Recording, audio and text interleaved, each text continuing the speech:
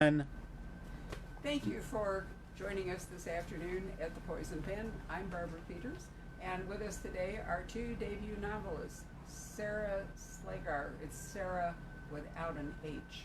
I am sometimes guilty of auto typing, so I have misspelled her name, but it's actually Sarah Very Sara. common. My apologies, Sarah, but it just That's happens. It's totally not even fine. It's very autocorrect. common. It's not even autocorrect. It's just me.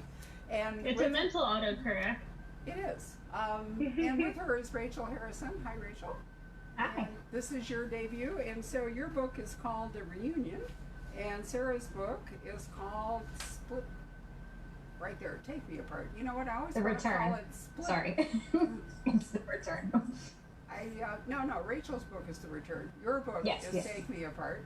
And the reason I stuttered there is whenever I look at the cover, it looks to me like it's splitting. So I have a tendency to call your book Split Me Apart, which is not right. No. Anyhow, it's lovely to, Thank you. to meet two new authors. So thank you so much for joining us. And I feel like you probably would like to talk about your books and talk to each other. So I'm just going to sit back and let you do that. One of you should take over. Thank Okay. you. Great. Thank you. Rachel, do you want to introduce yourself and your book first, and then I'll go after you? Sure. So my book is called The Return. It's kind of like The Shining, but about female friendship. It's about four close friends from college who kind of all move apart, and one of them goes missing for 2 years and then returns with no memory of where she's been, and the friends all meet up at a remote hotel, and things kind of unfurl from there. And it's a horror novel, so you can imagine it's not your typical girls' weekend. I literally just finished Rachel's book, and it's so amazing, and it's incredible, and I was really excited to hear you describe it. Also, I always think it's interesting to hear people describe it in their own words. My name's Sara Sligar. I'm the author of Take Me Apart, which, as Barbara said, looks like this, which is why Barbara said it looks like it's splitting apart. It has this tear down the middle. It is a sort of literary suspense novel about an archivist who becomes obsessed with solving the mystery of a famous photographer's death in the early 90s. And so it goes back and forth between the present day in Northern California when this archivist is kind of wrestling with her growing obsession with this story, and then different kind of archival documents, so diary entries, medical records. There's even a receipt in there, any kinds of ephemera that are left behind, and that's how you get sort of the photographer's story as well. So it goes back and forth a bit between those. Rachel's and my books, they're both our debut novels, which is exciting, but there's also some other kind of connections between them that we thought would be fun to talk about today. And one which we thought would be good to start off talking about was the idea of these female protagonists who are really flawed in a realistic way, and the sort of effect that that has on their narrative. Rachel, do you want to tell people a little about Elise and about her her flaws and Yes. her wonderful parts as well? So I think, we say flaws, but I think in both of our novels, our characters are kind of confronting their flaws, but they're just really human. Like everybody, I think if we all sit down and think about the things that we do and the choices we make, it's a little bit why did I do that? Or you make choices and you do things, and then you kind of don't really understand until in retrospect. So yes, they're both flawed, but I think it's just they're very human. And Elise she's just lost. She kind of made a poor choice in her early 20s that she's carried with her, and her friends don't kind of let her forget or forgive her for it, and she doesn't forgive herself. But there's also a little resentment that she has, that she feels like what, I'm not allowed to make mistakes, even though her mistakes are pretty significant and she continues to make them. She has a bad habit of giving into her curiosity and then also like completely turning a blind eye to things she doesn't want to see. And I think her inability to kind of confront reality is a big issue for her, and I think it's an issue for a lot of people as we stumble through our 20s. And yeah, I think whereas Elise has a real issue, like she like leans into denial to escape reality, I think Kate, your protagonist, kind of leans into her like curiosity and like digging deeper, to try and find truth and like cling to reality. Would you agree with that? Yeah, I think that's it's a good comparison, because I feel like she like really entertains her doubt. Like she is really sort of fascinated by things, very curious, and like eager to indulge that curiosity. And so part of what becomes like the tension in her part of the narrative is her kind of being uncertain of like what things she's suspicious of because they are suspicious, and what things she's suspicious of because that's sort of her nature, is to like interrogate and question things. So I do feel like there's a little bit of similarity between the two, between Elise and Kate, in that there's this like they have this sense of really having like a wall up, and I think feeling some kind of like distinction, which I guess every human feels, but I feel like there's kind of like a privacy that that they feel quite strongly, which Miranda, my other protagonist, also feels, that that is kind of like where some of their sort of like self-protectiveness or lack of self-protectiveness maybe comes from. I'm not sure if that made sense, but I was thinking when you were saying, you know, this idea of like, oh yeah, like the flawed protagonist, it is interesting. I feel like there's a lot of creative writing advice out there that's like, oh, like what is your character's like central flaw? And I don't know, like, I don't know if people really have like a single central flaw. It's sort of like a cluster of like ways of approaching things and life. And if you as a writer kind of go into it being like, this is their central flaw, I think it's hard to get to a space where it's actually you're really empathetic towards them and really can like get into their own mind and have a lot of have a lot of empathy for their position, because you have to like understand where those so-called flaws are often coming from something that is actually valid or feels real. Yeah, and I feel like for any person, you sometimes, like, flaws aren't, like, tattooed on you. They're not something, like, I feel like a lot of the times, like, I know for me personally, I'm pretty inconsistent. Like, in some relationships, I feel like, you know, maybe I'm aloof or don't try hard enough, and with other people, I, like, am too sensitive or too messy, and like it depends on, like, there's a lot of like circumstance that'll bring out certain things. Like both of our protagonists, Kate more so than Miranda, because she's the protagonist, but it's not driving the action of the story.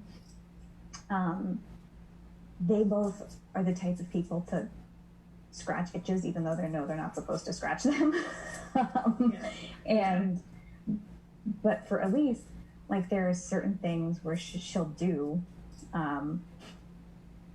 particularly I'm thinking of one scene about like halfway through the book, which is a flashback where she is in a bad relationship and she does something pretty stupid, where that's pretty bold. But then in her current situation with her friends, Julie, the friend who came back, is acting very strange, and there's clearly something wrong, but she's not willing to like dig any deeper into that. So I think it's like situational. where to me it's consistent with her character, because in a certain situation she might do something she's not supposed to do and then like feel a certain way about it, and then but when it comes to like her friend and who she is with her friend and like the most precious part of her life, she's not willing to explore it any further. She's like, I can't scratch this itch. Like, I can't go open this door. I don't want to know what's behind it. I'm not ready for it. And I think Kate kind of has a little bit of that stop and go at some point later in the book, where she's like, I'm chasing down this mystery. I want to know what happened to Miranda. But like, she also doesn't want to know. Yeah. She pushes forward anyway, and Elise kind of just not listening until the end. But I think, you know, that for Kate, it's not like a one consistent thing where she's like, you know, I'm curious and I just like, no matter what the consequences are, I'm gonna chase this down forever. It's kind of like there's a lot of nuance to the situation where she's like, I want to, I don't want to, I can't help it, I want like a lot of push and pull, which I think is very, you know, very human. Yeah, it's like that feeling of like doing something you know is bad for you. I think most people in most situations are not always doing the thing that is bad for them. There are like moments when they're able to kind of talk themselves out of it, but then kind of like cave to it. I think it's a really interesting internal kind of tension. It also sort of, this is like pretty unrelated, but also the idea, I think, of like inconsistency as being a kind of like realistic trait. One question I like get sometimes is like about imagining Miranda the photographer's sort of like body of work.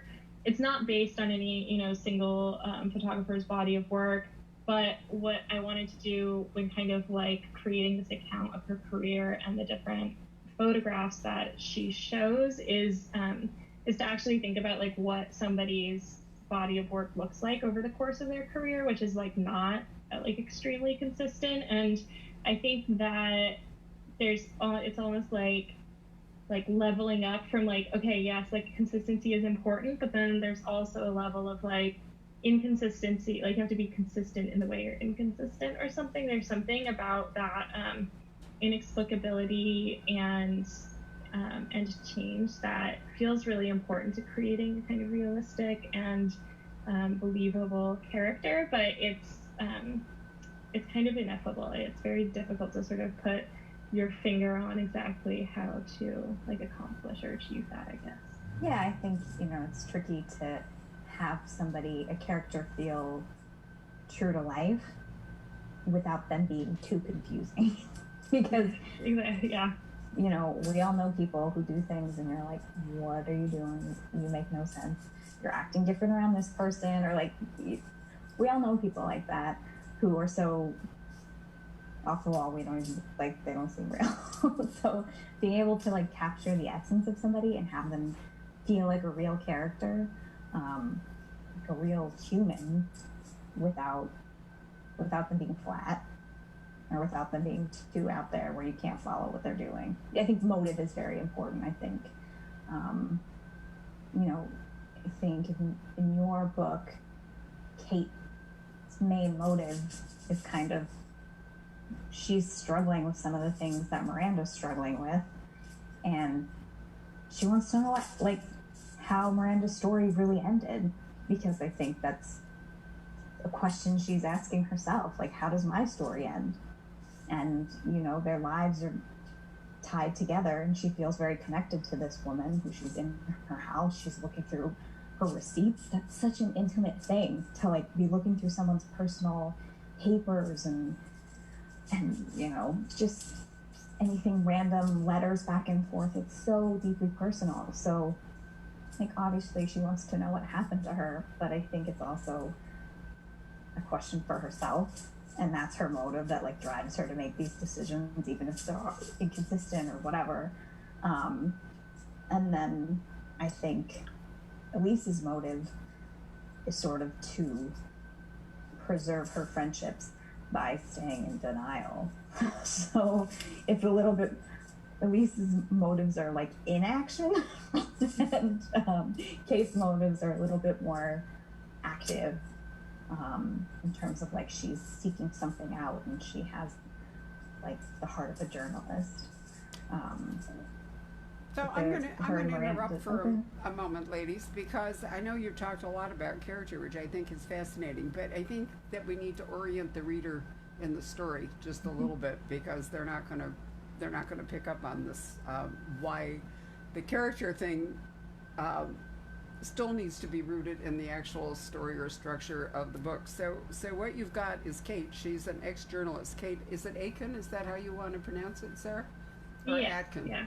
Aiken? Aiken. Okay. Mm-hmm. And she has been working in a newspaper job in New York, and then she runs into a sexual harassment complaint and basically has a breakdown and leaves Manhattan and has to figure out what her new path will be.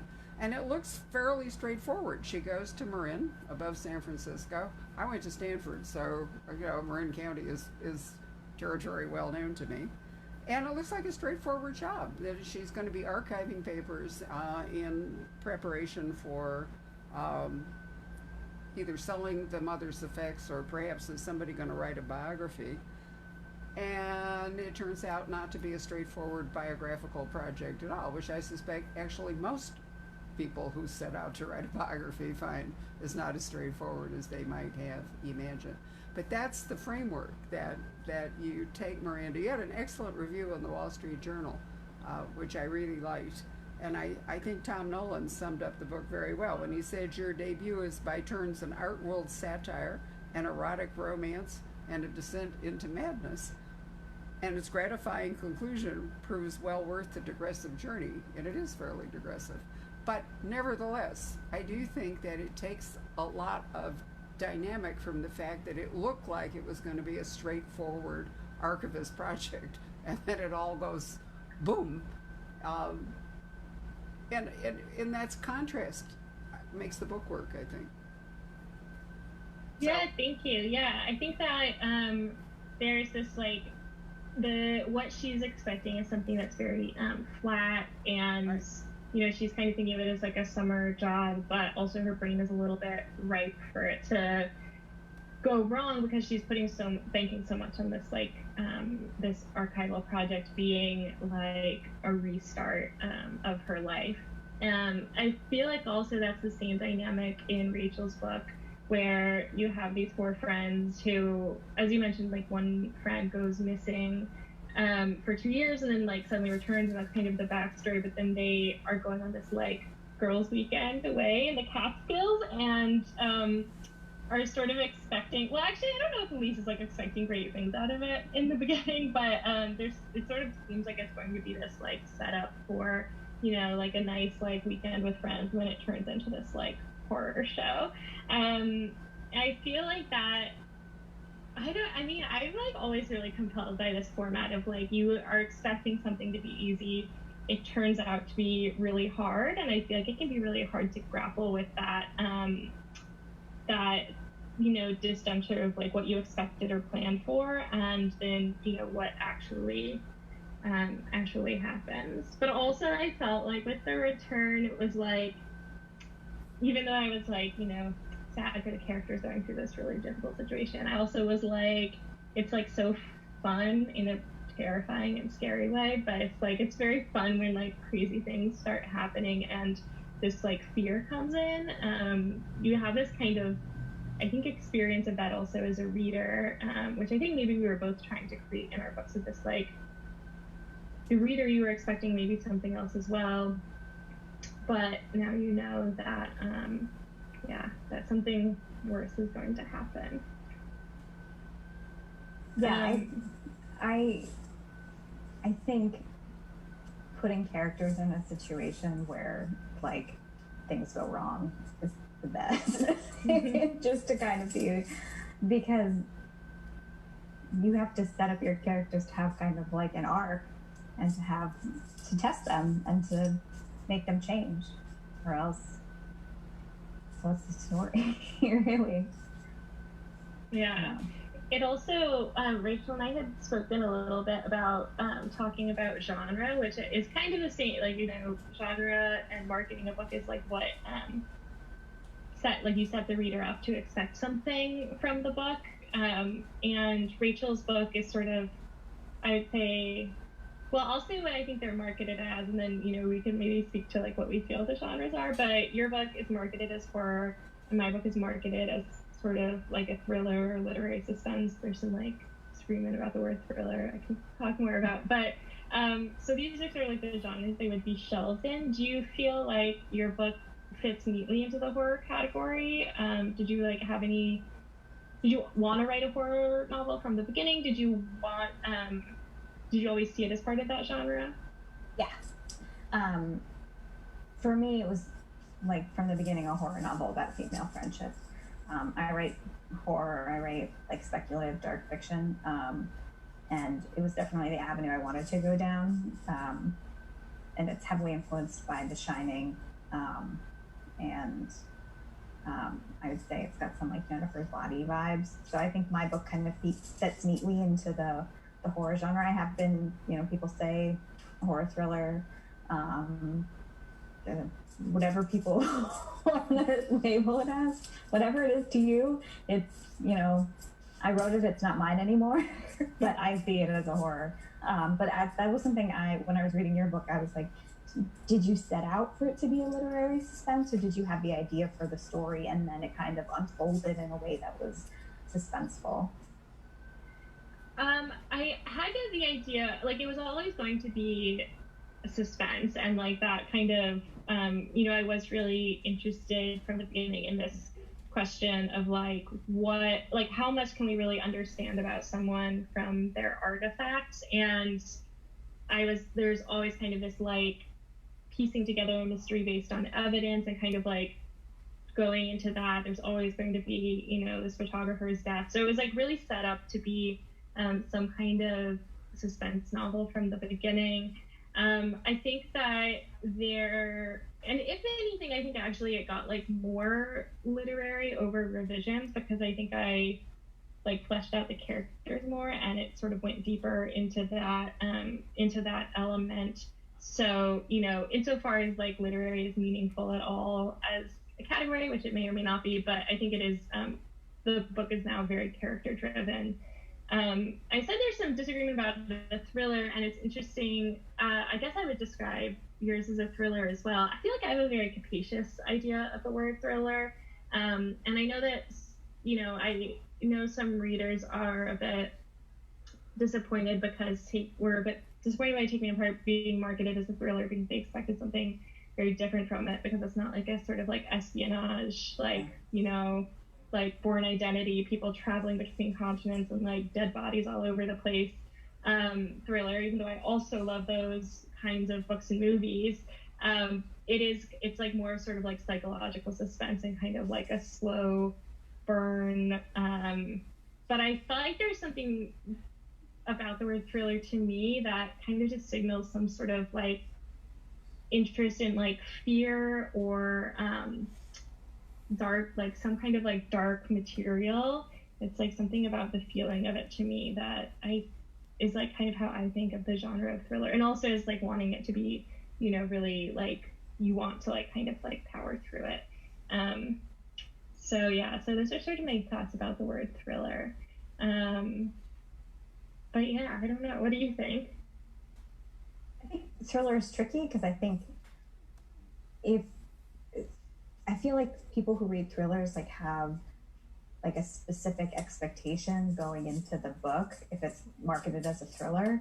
And if a book doesn't fit as neatly into like if it's got one leg in the thriller genre and one leg out, they could either really love it or be like, this isn't for me.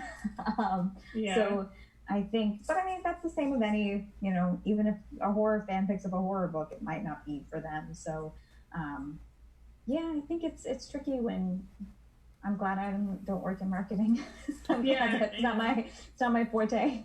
So, well, actually, I do. There you go. Let me interrupt here for a moment. You guys are overthinking this. There are basically four categories of crime fiction, and I don't believe in genre or labeling. In the Poison Pen, we have one file. It's called fiction, and all of the authors that are in this bookstore are alphabetically by author. We do not separate. The only thing we separate out is the science fiction because it's just too different. So basically, if you have a classic mystery, a detective story, it's an investigation. And it's generally within a very close circle of suspects, and there's a crime, and there are suspects, and there is a detective, and it's an investigation, and you bring it to some kind of a resolution. And that's Agatha Christie. That's, a classic detective story. A thriller, very simply, requires an antagonist and a protagonist. It's a contest. It's about who will win whatever is going on, and it has pace.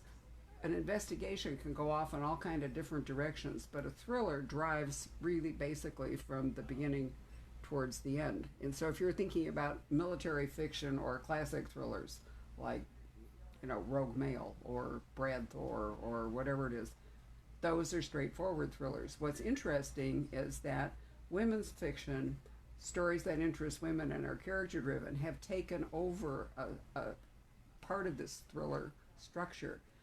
You're still looking at a protagonist and an antagonist.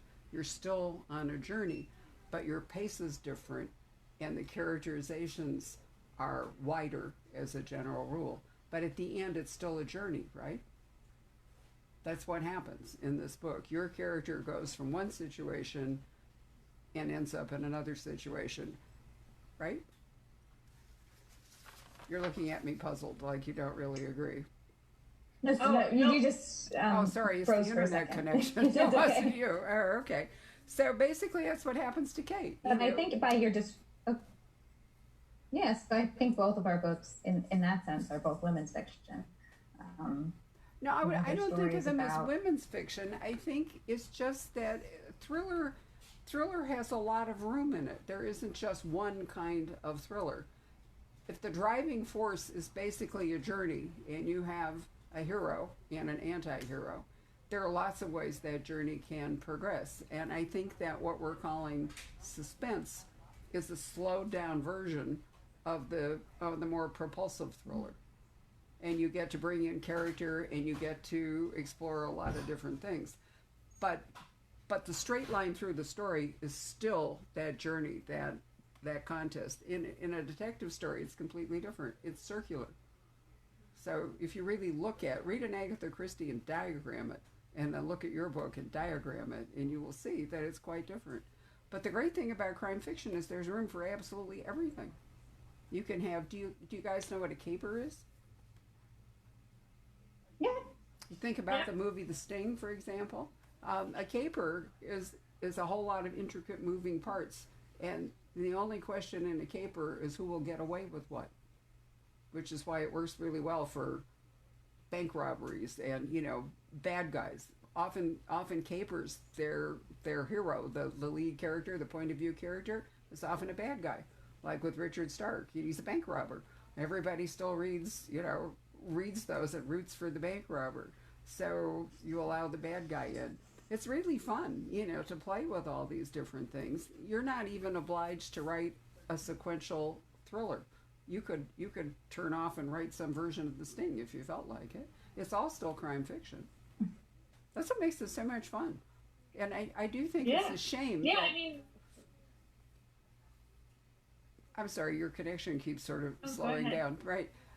I think it's unfortunate that because of the way books are primarily sold these days, not in bookstores, but on internet, they have to sell themselves. And so you wind up labeling them to make it easy for somebody to say, okay, if I read capers, then I'm going to read this. Or if I like detective stories, I'm going to read this. Because they are more or less on their own in the marketplace, whether they're on a table at Barnes & Noble or if they're, up there on Amazon or whatever it is. One of the great things about this pandemic is it has driven a lot of people, because Amazon couldn't actually deliver books any faster than an independent bookstore. It's driven people back to bookstores where you can talk to people and get a whole lot of Yeah. input and so forth. So as we are speaking, the whole marketing channel is changing. It's really fascinating to see it. We wouldn't normally even have both of you here in the bookstore. It would be very difficult to bring you in from different places with a first novel. Publishers don't really support that kind of thing. But as it is with this new technology, you guys have an opportunity here to talk and market your books in a completely different way.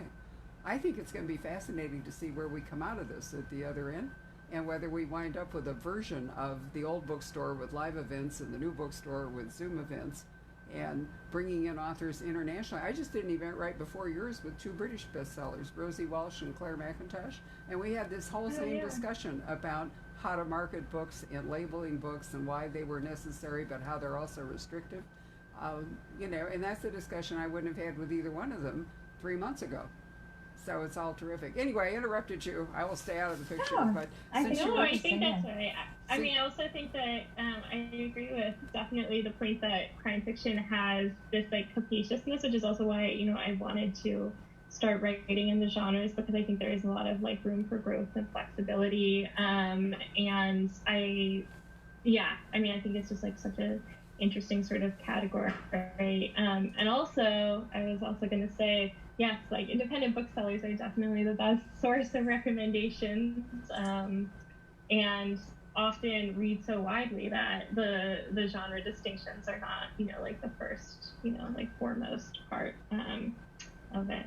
So, yeah.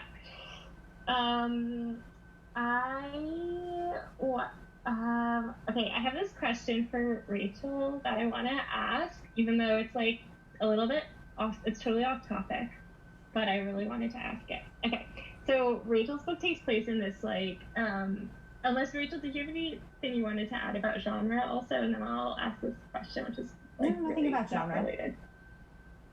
Okay, my question was about, so you have this like inn that featured like a sort of like B&B, I guess, that features, it's like the setting, the sort of shining like hotel for their like, the characters like girls trip away. And I love this inn so much, and every room is like kind of has like a different sort of theme, category, theme, I think that's the right word. And so I was wondering, which of the rooms would you most want to stay in? Probably the Juliet, which is where May stays, which is like very girly and pink. And you're based in California, yes? Yes. Yeah, so I'm in LA. I was inspired very much by the Madonna Inn, which is in... Oh, yeah. So go visit, and you can have your own little return weekend. I have never been, but I saw some pictures online, and I was like, oh my God, that place is like a dream. I would love to go, but I was in New York. That's a trek for me. So I was like, I'll just write a book about it. Yeah. My version of it is a little bit like crazier and like more out there than the Madonna Inn is. The Madonna Inn is less extreme, a little less extra, and I'm sure it's very lovely, and I would love to go. But yes, the Red Honey, which is like my version in The Return, of all the rooms that I describe, I think May's seems the most pleasant. Things happen in Elise and Julie's rooms that would kind of dramatize me to like, yeah. And then Molly's room is like jungle themed, and it's a bit tacky. So that would be for me. I was very into the description of like the waterfall, although then she raised a good point that like it would make you happy at night anyway. Maybe that's I always have to be. That would be me, where I'd be like, I can't sleep in this room. Yeah. I was just like so excited about the jungle room. I thought it sounded so cool. And then I was like, oh, what would my ideal themed room be? But the Juliet also sounded nice. I agree, like maybe not one of the ones where like really scary stuff. Or like the horror unfolds. But your setting plays a huge part in your novel, and it made me want to go to California, which is frustrating because it's the pandemic and I can't travel. But it's so lovely, and it feels kind of like another character in the book, and it's so atmospheric. Was like when you came up with the idea, was it like I'm gonna set this in California because I live here, or was it like I don't know if you moved there after you started writing the book? Like, how did California come into play? Yeah, I did not. I was living in Philadelphia actually when Okay. I started writing, and then I was in New York. And I I just moved to Los Angeles like 2 years ago. So I guess I wrote the book from like 3 different locations. I had lived in the Bay Area for like 6 months during like a grad school like fellowship, and I thought it was like so amazing. It was like the first time I'd really been to California, and I went to this area of Marin, and I was like, this is so beautiful yet like spooky. It would be such a great place to set a suspense novel. Because I'm also just like I really like this interplay, which I think is also why I was so fascinated by the Red Honey Inn.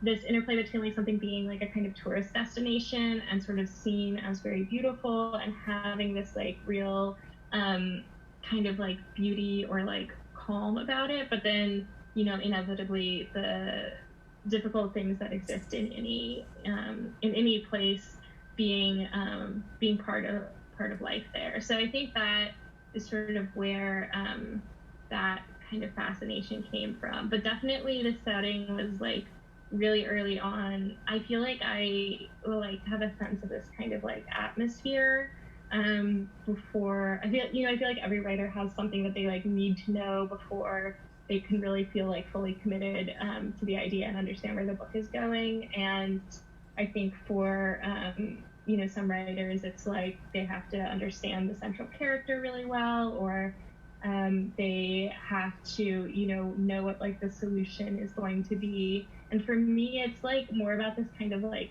setting or like visual atmosphere, and this kind of like this tone element that I think for me came really early in this book, and it's sort of like something that I could come back to when I felt like I was overwhelmed.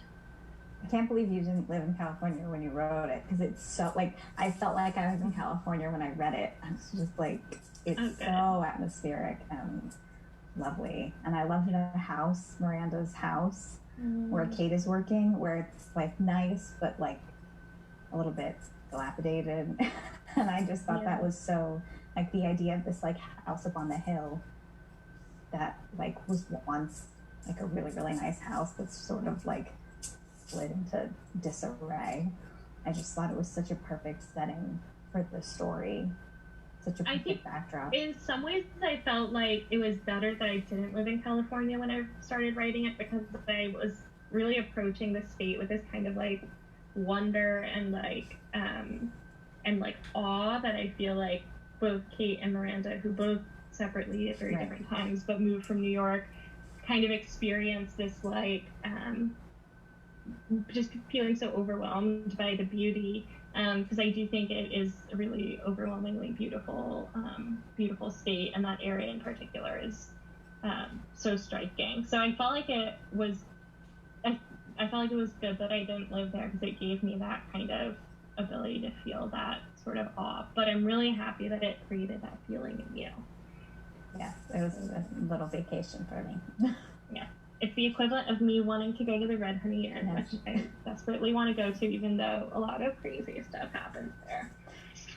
Yeah, I don't know if it'll stay open after the events of the novel. Yeah. There's no sequel. Did you mention to us, Rachel, where in what state this wonderful place is located? It's in the Catskills. It is in the Catskills. Yeah, it's just like a remote. Horror novels are good when you set them in the middle of nowhere. I always think of Alien. I watched Alien when I was really young, and it sort of like changed me. And the tagline for that movie is, "In space, no one can hear you scream." And I kind of think that's the best tagline ever. And I think about that when I sit down to write, like logistically, when you write a horror book, like where can you go that no one will hear you scream? I mean, and I used to live I just moved out of Brooklyn 3 months ago, but where I lived for 10 years. And in Brooklyn, people will hear you scream. They won't pay attention to you, but they'll hear you. I like the idea of like complete isolation to set my books. It just kind of takes away the element of, well, why don't they go get help? So it's easier for me. It's an interesting thing that horror as a genre, we had a Stephen King's son, Joe Hill, came to celebrate our 30th anniversary in the fall, and October actually. And one of the things we talked about was how he does not, he likes us because we don't label anything, so he doesn't feel like a horror writer when he's talking to us. He feels just like a novelist and so forth, and he appreciates that. At the same time, we all recognize that horror as a literary genre, if you will, is making a comeback after being rather weak for a long time. There's a great interest in it again, and actually, Poison Pen Press, the publishing company that my husband and I started, is doing a whole program called the Haunted Library that the Horror Writers Association and Leslie Klinger, the editor, and another editor, and I are putting together. And we have wonderful introductions from people like Joe Lansdale or Joe Hill or Chelsea Flynn, Quentin Yarborough, whatever. And it's interesting that depending on circumstances in the world, readers flock to a particular kind of book, whether it's for escape or whether it's for scaring themselves more than they're actually being scared in real life, which I think is part of what's going on with horror. If we're already in horror, maybe worse horror will make us feel safer than we are. But anyway, you've caught a moment in which what you are interested in writing is becoming more widely read, and there's more interest in it. So, literary careers to a great degree are all about timing. You can't write for the moment, but if you hit the moment, it's surprising how well it goes. So, I think you're both fortunate that you've written books that speak to readers at the moment. Your book, Sarah, looking at somebody who's rebooting their life, leaving an urban area and going somewhere else, which is a huge thing happening right now, and looking for extra space, and then trying to reprogram her life through taking on something that turns out to be if you don't have something terrible happen, you can't really jolt yourself out of the rut that you're in. So that's a great accomplishment that you both bring to the books, is that you force your character to make choices that move them in a different direction than they had been going. So I congratulate both of you for the fact that you've written really wonderful books, but they're also books that are going to hit readers at this time, whereas something else you might have written wouldn't. So congratulations. Is there anything else you would like to say? Wait a minute, let me ask Ellie, are there any comments that you'd like to focus from Facebook? Yeah, are there any good books that you guys have read while we were in this quarantine? Any favorites? Did you hear Ellie? Quarantine reads? Yes. Just wondered if there was anything you'd like to recommend to other people that you thought was really worthwhile reading over the last few months. So I've read a ton of amazing books, Sarah's included, obviously. But one that really stands out to me is Catherine House by Elizabeth Thomas. Sometimes you open up a book and you start reading it and you're like, this was written for me. It's everything I love. And I adore that book. I am obsessed with it. Highly recommend. It's an excellent I've heard book. that. It's so good. Yeah, I've been wanting to read that so much. I've been going through different reading ruts or anything. The most recent book I read was Rachel's. I also just started Britt Bennett's new book, The Vanishing Half, which it's a very it's doing really well. I'm sure she doesn't even mind me promoting it, but I just think it's really interesting story about two sisters who are separated and the different kind of directions their lives go in, and I think it's just so far a really great look at sort of family history and sisterhood and race and the kind of tensions of passing. It's just really carrying me along. So I would recommend that so far. Well, I certainly agree with both your choices. Anything else you'd like to say to each other before we wave goodbye to all the people watching our event? Hopefully after book 2, we'll do this again.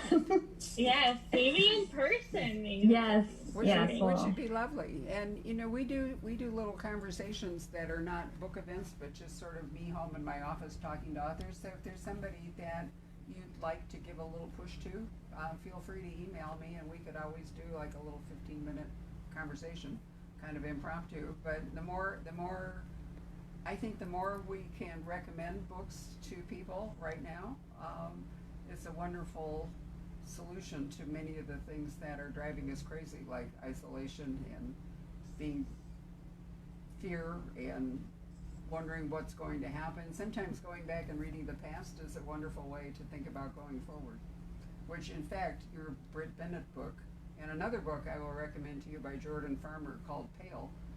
Both of those I think are interesting, and they are looking at a situation that has rather exploded recently, but they're looking at it from the past, how we got here, rather than trying to offer solutions, because which of us could actually offer a solution to what's happening just at this moment?